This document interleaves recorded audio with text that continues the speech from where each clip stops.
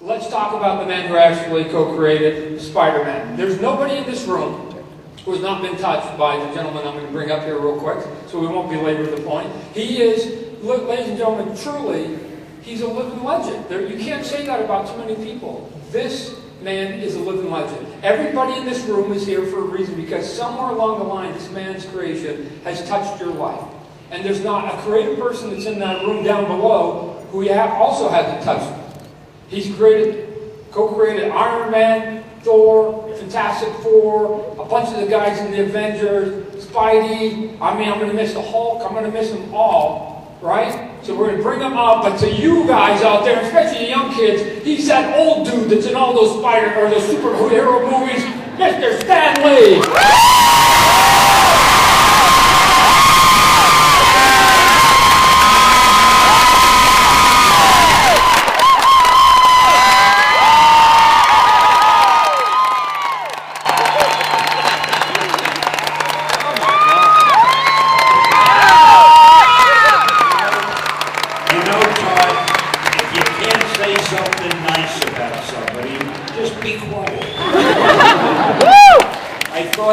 You listen to McFarlane for a while, because then you'll appreciate me when I come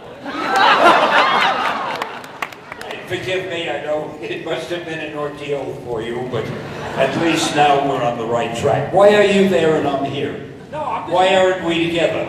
I'm moving this back so these people have to look at the corner of the table here. Come sit down, we'll have a chat. Are you going to sit there? We'll be like between two firms. Between two firms, Obama. Sit down.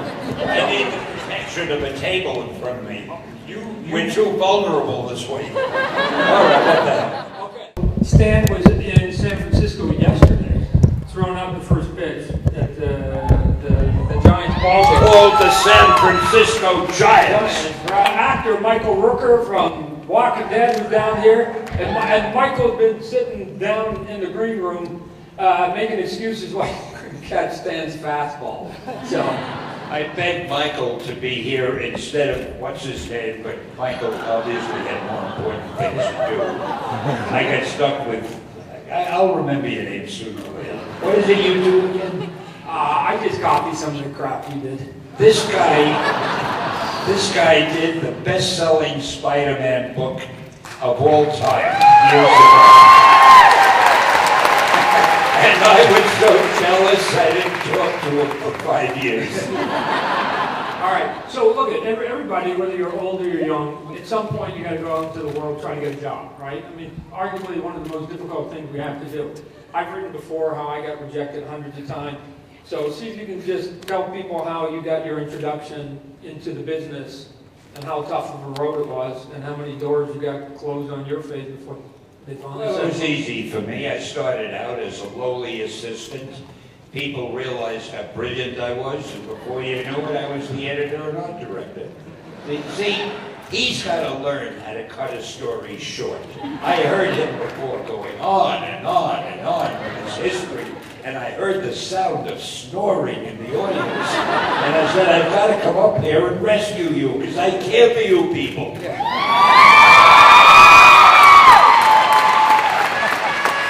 Oh, by the way, let me take the pain and the injury out of what I just said. Let me say something nice. Okay. I have something for you that you don't expect. Now, this is going to be a very touching moment. You're in for a real event that you're going to see right now. Nobody ever gives this man anything because nobody likes him, but I have something for you. Okay. And Max. I forgot his name. Max, would you please bring the something out? Stand up. Take the mic. Look what I've got for him. A Spider-Man guitar. signed by Stan Lee. My God, it's priceless.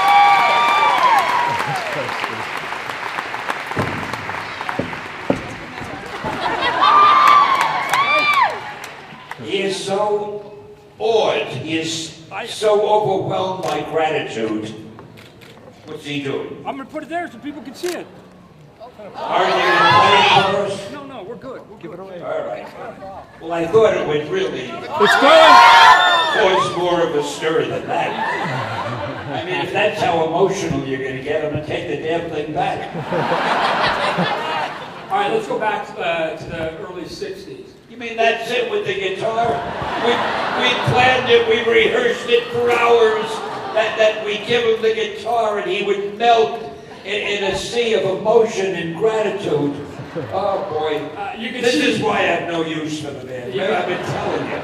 You can see he's a writer. He likes to embellish, ladies and gentlemen. So let's go back to the 60s now. 60s, there's, again, for, I don't know how old and how much people read history, comic books sort of are in their zenith in the 30s and the 40s. And then in the 50s, we get in trouble with comic books, right? We have the Congress has their hearings.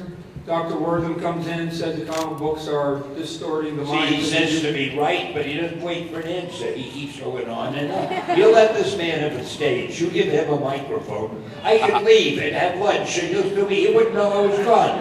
Go ahead.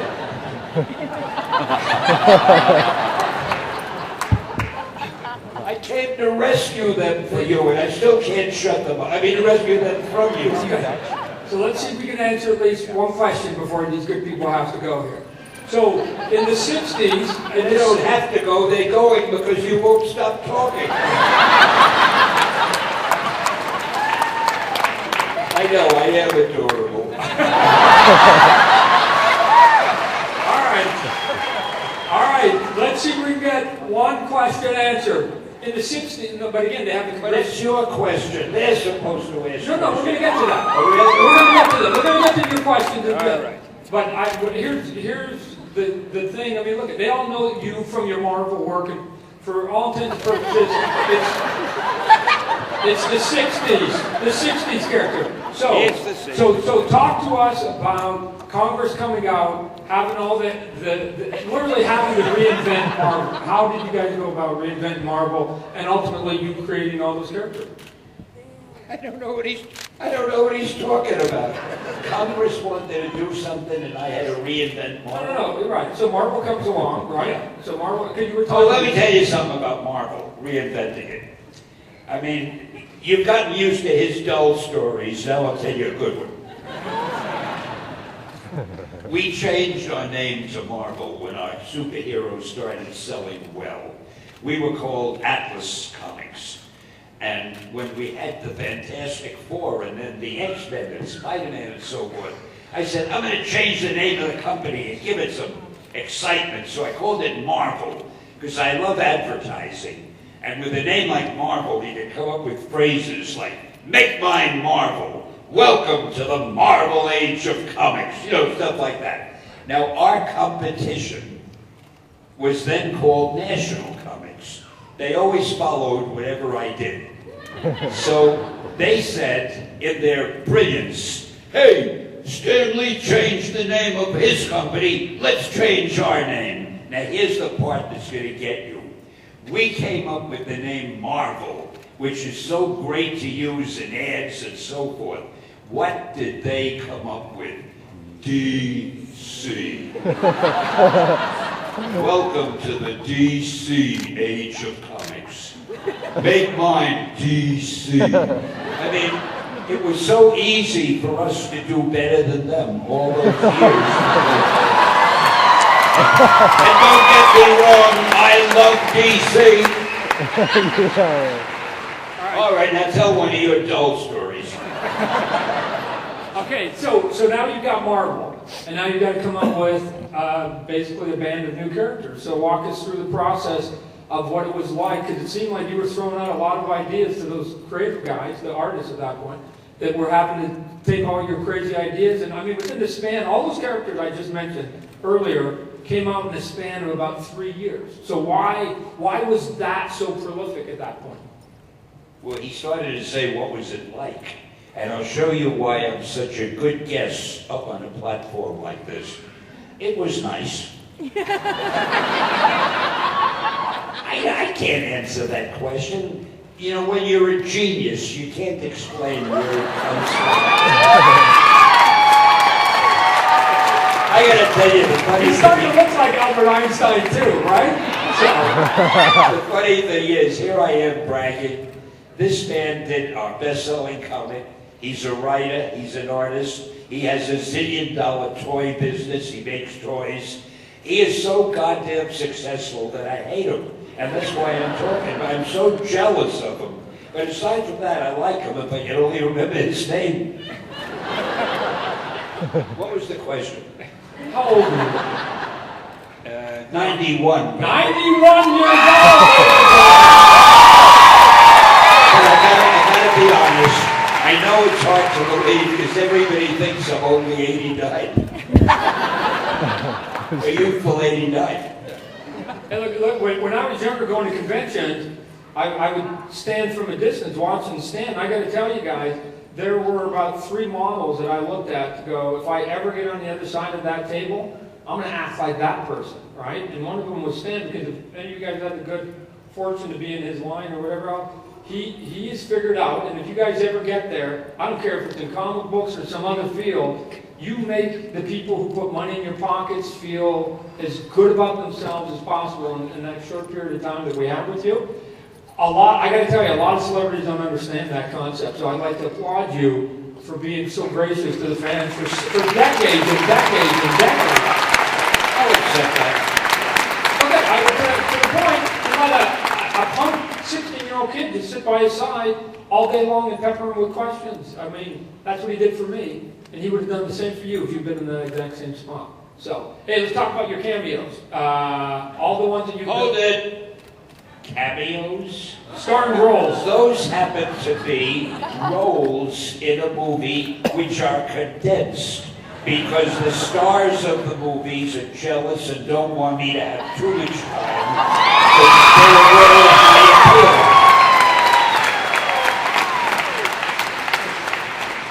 appeal. So it's sort of like Academy Award Best Supporting Actor, right? A new category, right? A new category. So now let me tell you why those cameos are so important. Everybody says, why do they give Mr. No Talent all those cameos? Here's the reason. Somebody goes to the movies to see a Marvel movie. Let's take the new X-Men movie. You go there, you sit through the whole movie, and suddenly you say, I didn't see Stan's cameo. Because I didn't do one. I was out of town when they did it, but that's unimportant. So they say, I didn't see Stan's cameo. Well, nobody is going to miss my cameo. They figure maybe I blinked my eye or I reached down for some popcorn. I missed it. So what do? They go to the box office. They buy another ticket. They don't want to miss it. So half of the money that Marvel makes from those movies is because of my cameos. And that's a little trade secret that nobody else is aware of. And now, Big Mouth over here. all right, and what's your next starring role? My next starring role will be in the Guardians of the Galaxy. And I have to tell you, I went to do that. And I did it, I can't tell you what it is, but I have absolutely no idea what that cameo has to do with the movie. You see, I never know what it'll be. The director calls me and says, we want to shoot your cameo. Can you come in on thus and such a date and time? And I go to wardrobe and I go to makeup. If you can imagine any makeup improving me. And then I shoot the scene and I say goodbye to everybody and go home. I don't know a damn thing about the movie, but I know about my scene. And I don't know what my scene has to do with the Guardians of the Galaxy, so I'll be as eager as you to find out. Now, if that doesn't bring you into the theater, then I'm a lousy salesman. Last I heard, the cameo on it is twice as long as most of your others, so it'll be 4 seconds, right? So. Almost. All right. Is this our lineup of questions here? Wait a minute, you're going to have to do me a favor. Yes. Again, even though I look so wonderful, He kind of does. I don't hear as well as I used to. I probably won't understand the question. Would you repeat it to me, but not through the mic? Because when you're talking into the mic, I don't understand what you're saying because it muffles your voice for me, for my particular type. All right, so I will seductively reword it into your ear. I don't know what the hell he's saying now. The odd time, I'll take a lick. All right. Okay, so where are we going to start the questions then? Up over here? He loves the feeling of power of pointing to people. We'll get the questions, I'll bring it back to Stan. Yes, sir. So, my question's for Stan. Yes, for Stan. Like him, Yeah. I like your cameos, and I wanted to know which one is your favorite. Which cameo is my favorite? Yes. Don't think I was lying to you just because I heard that. That man speaks very clearly. I think the one I did in Captain America recently where I say I'm so fired, because that was real acting, because everybody knows I would never do anything to get myself fired. I'm very talented. Thank you. Oh, we're going back and forth? All right. We're up over this side. Yes, ma'am. What's your favorite school subject? My favorite what? In school? When he was in... School subject. Yeah, in school. What was your favorite subject in school? Like when you were... Gee, really, none of them. I hated school. No, actually, it was composition. I like to write composition. Nobody ever read them, but I wrote them. And that was it. I was no good at mathematics. History, I have no memory. I couldn't... Even 1492, it took me about 10 years to remember when Columbus discovered America. And the name of his 3 ships, I still don't know. And I wasn't good at most things. But we sang songs. Every week they had a glee club at the school. And they had what they called a listener's row. If you couldn't carry a tune, you had to sit in the listener's row and you had to keep your mouth shut. I was in the listener's row for all the time I was in school. If I even opened my mouth to sing a note, I would throw the whole class off key. I remember that, so that was not my favorite. I didn't have any favorite subjects, I don't think. I hated school. I shouldn't say that to all you young people. You young people there, I loved school. I spent all my time studying and learning and I was going to say Googling, but they didn't have that. Oh, you are so lucky they have Google. You don't have to read books. You don't have to study. You just Google it, and there it is. I wish I went to school now. Hey, here's an interesting thing. I remember listening to Stan when I was younger again talk, and he said he doesn't remember things, right? And I don't know if this is true, but I remember you saying it on stage one day. It's the reason why there's so many characters that have the same first name and last name with the same initials, right? Sue Storm, Reed Richard, right? Bruce Banner. The reason was... If I remembered one name, I knew the other name began with the same initials. It would make it easy for me. Right, but I don't have a good memory. Who the hell is this? Right. Right, but to complicate it more, why was his name Robert Bruce Banner? Because he forgot, and he forgot he gave 2 names, so he just added both the names and became Robert Bruce Banner, right? You're right. I remember getting fan mail from readers. They said, don't you know the names of your own characters? I never knew quite how to respond. All right, back over here. Hello. First of all, you look marvelous today. Marvelous. I'm sorry, I heard the word marvel. What was that? Marvelous. She said you're a stud bull. Oh, I admire you're a great judge of character. Thank you very much. You're welcome. My question is, we all think that you're superheroes and that you are our superhero. Who was like your role model and your superhero when you were growing up? Your voice is beautiful, but it's on a high pitch that I can't get that. Who was your role model? Just tell me. So she's saying, who was your role model? But not hero. When you were growing up, who did you look up to? Every writer who wrote a book that I enjoyed. I loved reading books, and anything by Edgar Rice Burroughs, or who wrote Sherlock Holmes? Forgot that me with my memory. And the guy who wrote about the 20,000 Leagues Under the Sea. I don't remember their names, but all these science fiction writers, and I loved Charles Dickens. I even loved Shakespeare. I couldn't understand really what most of Shakespeare was about when I was a kid, but I loved all that what ho Horatio kind of dialogue, you know. And I loved reading, and every author, Mark Twain, All of them. The guy who wrote The Raven with 3 names, what's his name? Edgar Allan Poe, did I mention him?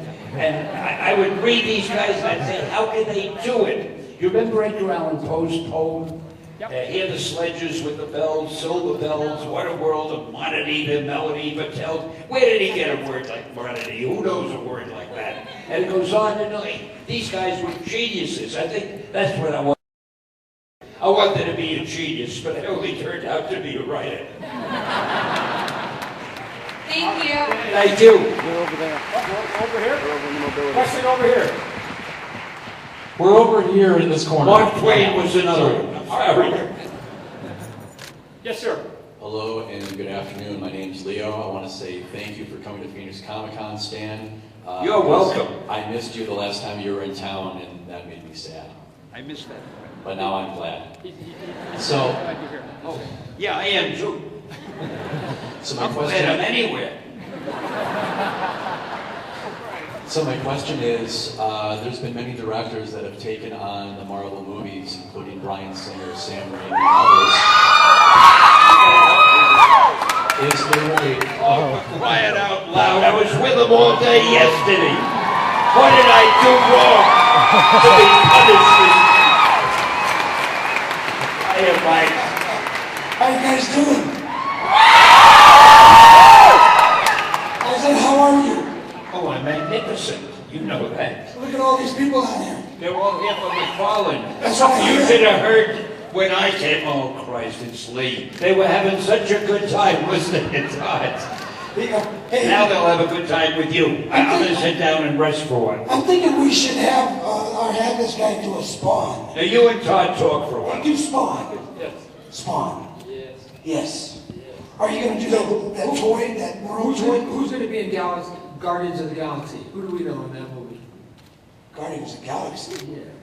You know, you mean the one that comes out August 1st? Yes, sir. We're going to go see Mr. Rooker, Mr. Stan Lee, Guardians of the Galaxy. He says that they're going to be in Guardians of the Galaxy. Did we ever get to answer your question?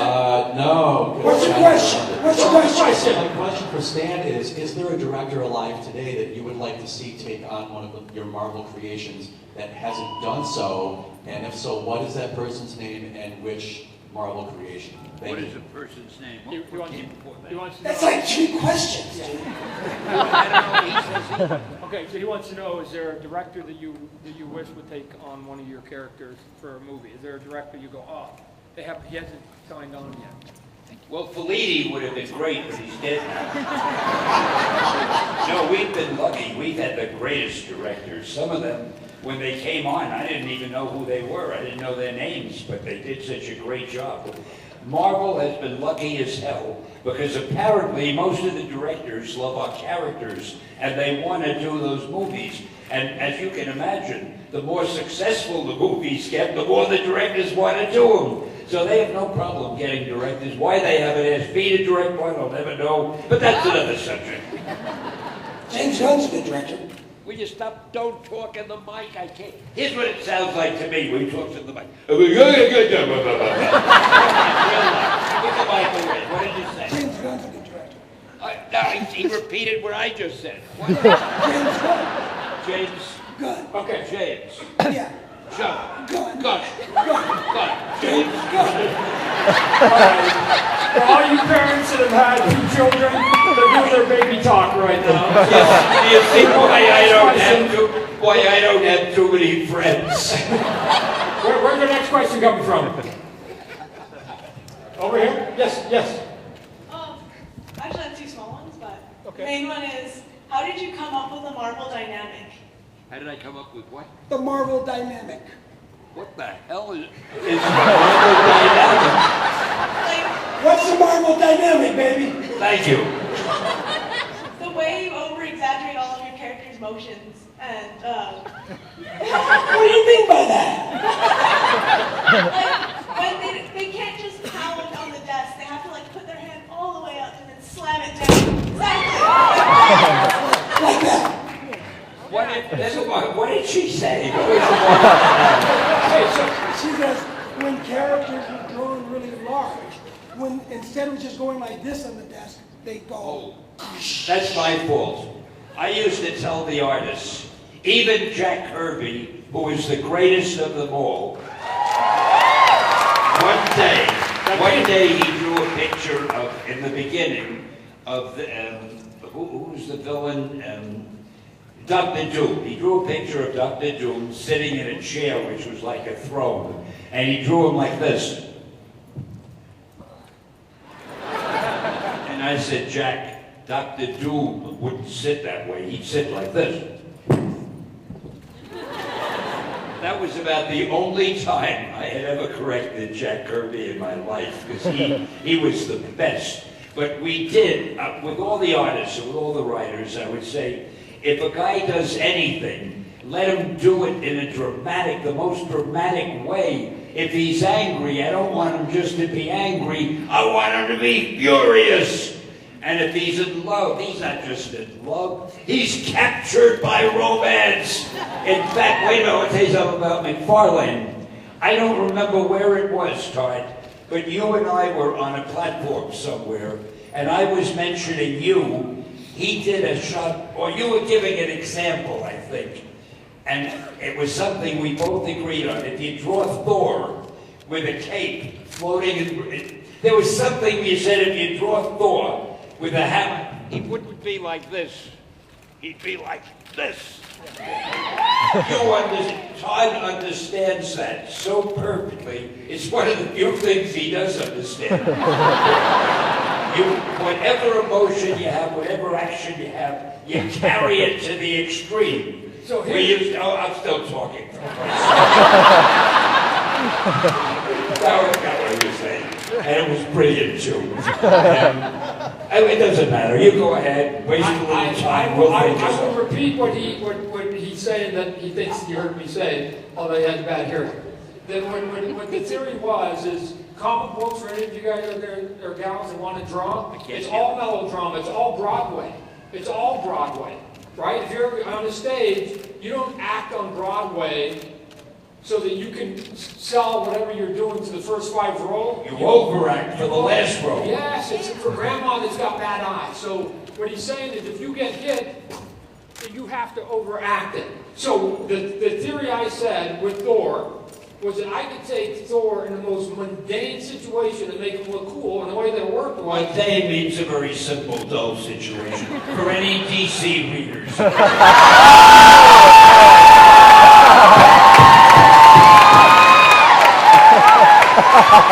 I really love Jim Woody just got up and left. And it went like this. Thor would be standing there, his legs would be apart, he'd go to 3/4. He's got the big cape. The cape is billowing in the back. Why? Because the wind's blowing. He's got his helmet on with the wings. The wings are twisted because, again, the wind's going. He's got that cool hair that's going back, kind of Fabio-esque, and it's cutting across his face. And he's holding that hammer down here in a clutch. You can see all the veins in his arm. Lightning bolts are coming off the thing, off the hammer, and the dust is kicking up from all that energy. And the balloon says, pass the salt. Darn it, that's the best pass the salt panel you're ever going to see. And that was it's really what comic books about, just overselling. So, back to the platform with someone. That someone is not supposed to be cleverer or more interesting than I am. I want you to forget everything you heard for the past 2 or 3 minutes. Jesus, McFarlane. All right, we got another question. So I got Mr. McFarlane.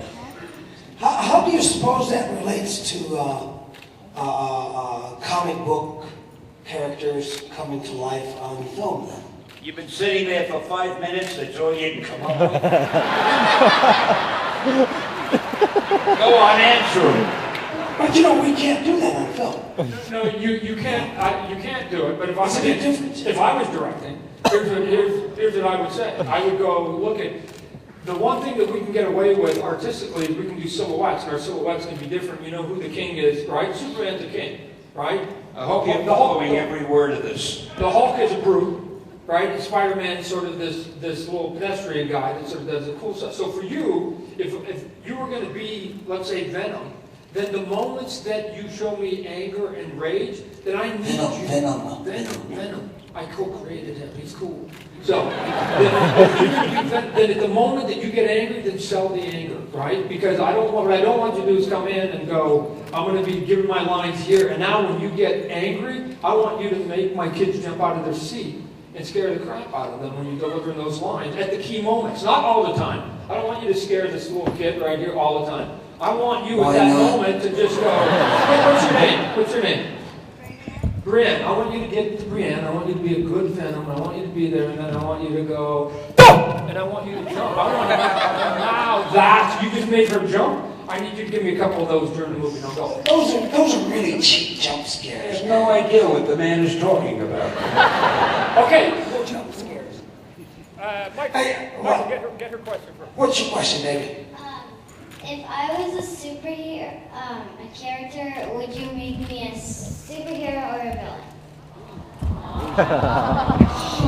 If she were a superhero, or a superhero or a villain, which would you choose for her?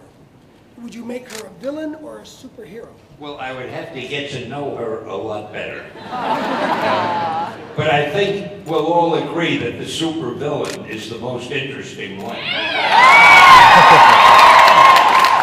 So if you're an interesting person, and you must be to have asked a fascinating question like that, I think I would make you a supervillain.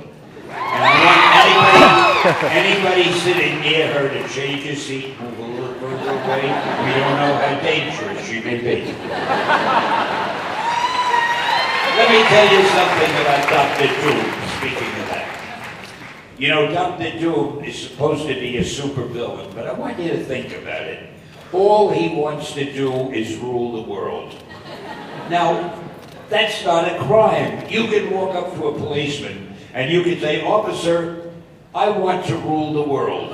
He can't arrest you. Anybody could want to rule the world. So Dr. Doom, to me, is not a villain. And you stop calling him one, McFarlane. Do you hear that? Yeah, man. Dude, I didn't create him. You did. You forgot that part. That's on you, bud. That's on you. I gotta go. I gotta go now. Yeah, he does that to everybody. You only sit here that long. It's a hot seat, man. I can feel the pressure. All right, Michael Rooker, everybody. Give him a round of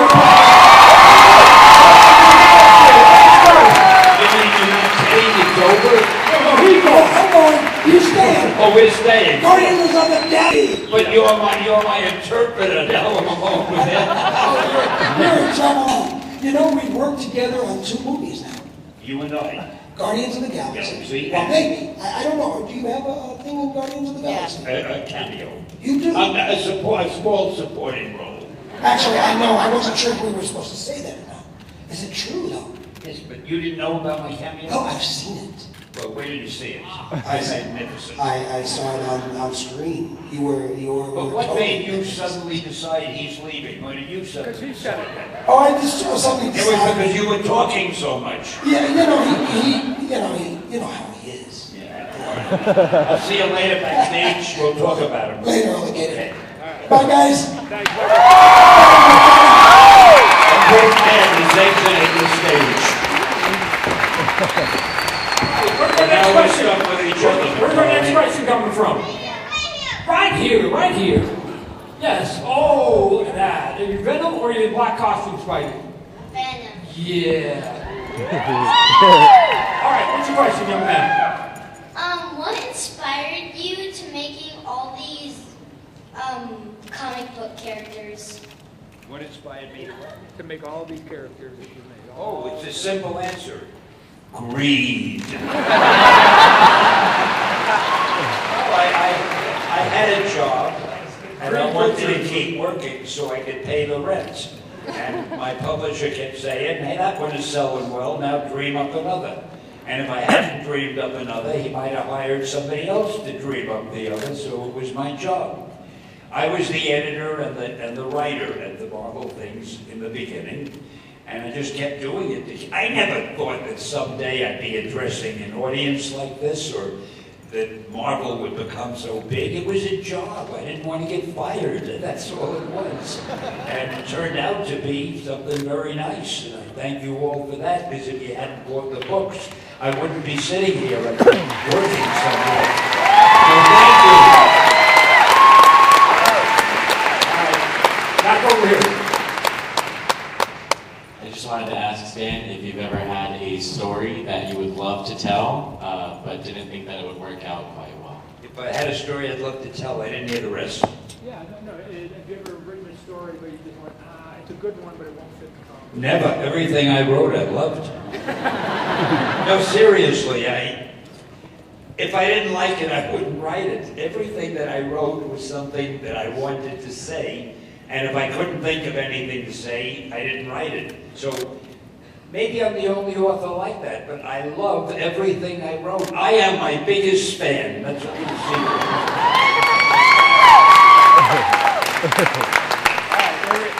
Where we at? Over here now or no? No, over there. Yeah, back over here. No, Back over over here. that side. Okay. Oh, Wolfie, what do you got? Look at It gives him a feeling of power to be the one that points. Yeah, let's go down to you. Yes, sir. What would you like? Who's your super favorite Marvel Character? Okay. Let's go ask the man. Stan the man. Right? I'm Todd the God. You remember that? Just reading something to him. He's cute. He wants to know, of all the characters you created, would you have a favorite amongst any of them? Is there a favorite child? You said he was cute. I hope he's like under 7 years old. And my favorite. I guess if I have to have a favorite, and I really don't, because they're all like my children, but if I had to have a favorite, it would have to be Spider-Man, I mean, somehow or other, he has become like Mickey Mouse. He's all over the world. He's big in China. He's big in Europe. He's big all over. Everybody recognizes him. So I'd have to be kind of fond of him, I guess. But is there any character traits? Why him? Why him? Why him? Yeah, why I just told you why him. He's big in China. That's not an answer. Well, he's big in a lot of other countries. So, I mean, he's become like Mickey Mouse all over the world. People know him and love him. So how can I not love him? Why he's big in China? So And besides, he's more like me than anybody. All right, we got. They're telling me we got 3 more questions, and then. How do you know there's only 3 more? What? Something from up there came down and whispered that to you? No, because we were engaging with these good people. I didn't engage you. I don't know what the hell you even got up here. We got 3 more questions. Yes, ma'am. Hi. I was wondering how many characters, if any, have a real life basis on people you've known throughout your life? People what? So, the characters you've created, do you take any traits from real people that you've met in life? Oh, I'm sure. I don't think any writer writes any character without subconsciously thinking of people or movie stars or somebody who has those characteristics. But I don't do... There was only one character I wrote where I was really thinking of a person when I wrote him, and that was Tony Stark, whom you may know as Iron Man. I was thinking of, oh God, I have no memory. Who's the guy who made the plane that never flew? Howard Hughes. I was thinking of Howard Hughes. He was an adventurer, an inventor, a millionaire. In those days, being a millionaire was like being a billionaire today. And he was a genius, but he was also a little bit nuts. Well, we haven't made Iron Man nuts yet, but I thought it would be fun to take a character like Howard Hughes, who the readers shouldn't have liked, because he made armaments and he was part of the military-industrial complex. And in those days, the teenagers hated those kind of people. And I thought it would be a challenge, a fun challenge, to take a character like that and see if I could make him popular. So that's the one character that I wrote that I really was thinking of a person. Everybody else, just fiction. All right, thank you. What's our next question over here on this side? Okay, so like my question is what's the day in the life of Stan Lee? You know, like how does it feel? Like you can't go to the grocery store without people like, you know, like. A day of the life? What is that? Are you so famous now that like you can't go out? What's it like being Stan Lee? It was the first question I asked. Well, I will admit, people now do recognize me. When I go to the airport and they're searching, you know, you got to put your arms out and they pat you down. I hope you don't mind, Mr. Lee, they say. So, and people stop me in this. It's funny. People used to stop you in the street if you were famous and ask for an autograph. Now they ask for an autograph and they say, can I take a picture of you? Because everybody has a little phone with a camera in it. So a lot of people do that in the street. And I got to admit, I love it. I don't get offended. I don't get angry. In fact, sometimes I pass somebody who doesn't say, hey, aren't you Stan Lee? I get a little offended. I want to know. Didn't you recognize me? Where have you been? All right, last question here. Yes, sir. What was your inspiration or like creation idea for Spider-Man? Because that was my childhood hero, and I thank you for that, Stan Lee.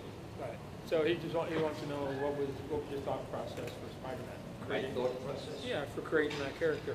Oh boy, it's a long story. How much time do we have? Yeah, this is a good one, but we got all day. You're Stan All Lee. right. It's not that good. I talk a lot.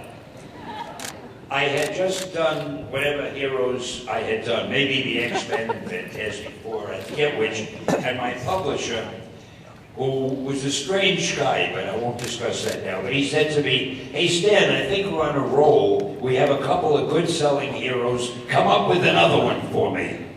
So I wanted to keep my job, so I went home and started thinking, and I saw a fly crawling on the wall, and I thought, wow, wouldn't it be cool to have a hero who could stick to the wall like it? No, I'm not telling the truth. In those days, they probably didn't have the word cool. I probably said, wouldn't it be groovy? But anyway, it was the same thought, to have a character crawl on the wall. So I thought, sort of like an insect. And then I thought, okay, now I need a name. To me, names are very important. Like the Hulk. I mean, you had to love a guy called the Hulk. Anyway, I thought, what do I call the guy? Insect Man? It didn't sound dramatic.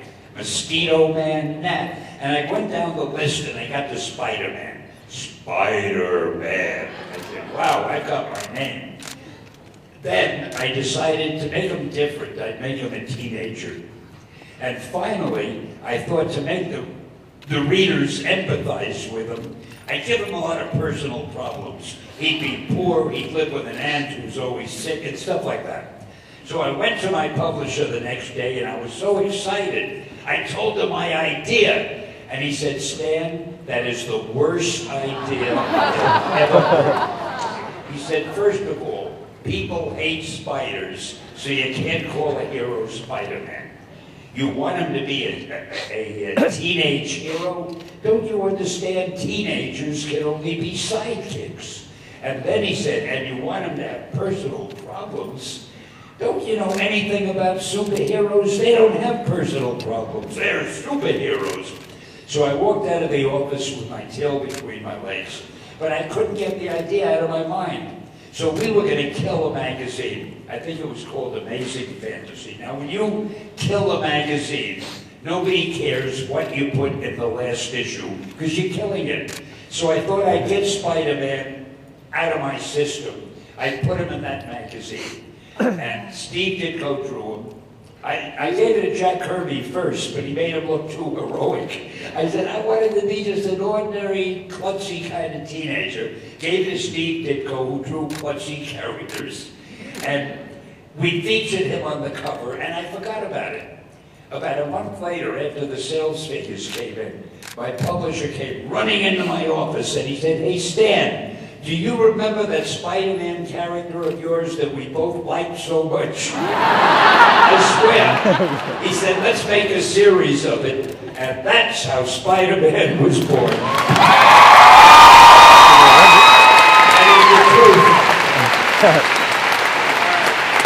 All right, the time has come. Just so you guys guys know, Stan Lee is the only person in the comic book community that has his own star in the Hollywood Walk of Fame. He's the only one representing us. Yeah, but here's why that's a big deal. Because all this stuff that I grew up with, that people kept saying you're a geek, you're a nerd, you have to hide it away from people. We're going mainstream, right? We've now taken over. The meek have now inherited the earth. I say the geek have now inherited the earth, right?